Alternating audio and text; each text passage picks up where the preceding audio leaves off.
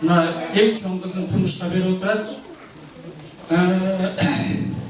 Айжамал, энеңди тартсам аябай жакшы келин болосуң. Сени келин деп эме кылбайбыз, биз кандай кыз кылсак, ушу кайын журтуңан сени ошондой кыз кылып кабыл алсын. Атам айткандай, жаман жолду баска деп, жаман жолдун аркасы бул аска деп. Бейиши энелердин таман алды, акылың болсо эне сүтүн акта дейт. Энеңдин сүтүн акташың, сен семьяда бактылуу болуп кетишиң.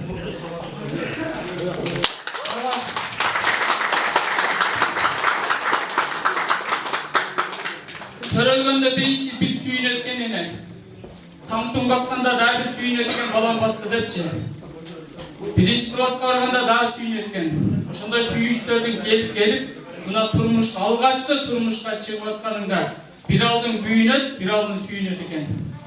Менин талим-тарбиямды берген кызым, менин берген талим-тарбиямды актай алабы экен депчи. Ушунун талим-тарбиясын акташың бардыгы сенин колуңда. Кайын журтуңда болгон нерсени эч качан айтып келбе. Мактасаң макта, жактасаң жакта. Ошол менен бүгүнкү күндөн баштап сен билөсүң. Мынанын таман астында бейишин сен ошол адамдардын бүлөсүнөн издеп табасың. Бактылуу бол карындашым. Барган жериңден бактап, келебейиң тегиз болсун.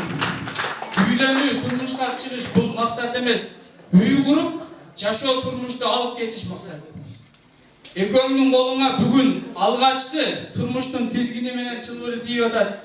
Экөөң кайсы жакка бурсаңар ошол жакка кетет. Жашоодо эки гана нерсе бар. Бири жаман, бири жакшы. Жакшы жакка бурсаңар турмушуңар гүлдөп, бактап, ар дайым жакшы жолуна барат да. Жаман жагына бурсаңар ажырашасыңар. Ошон үчүн силерге жакшылыктарды каалайм. Бардыңардын үйүңөрдө ушундай тойлор болсун, жакшылыктар болсун. Баарыңыздар ушундай тойлорду өткөрүңүздөр, кыз бериңиздер, келин алыңыздар. 2 жаш бактылуу болсун.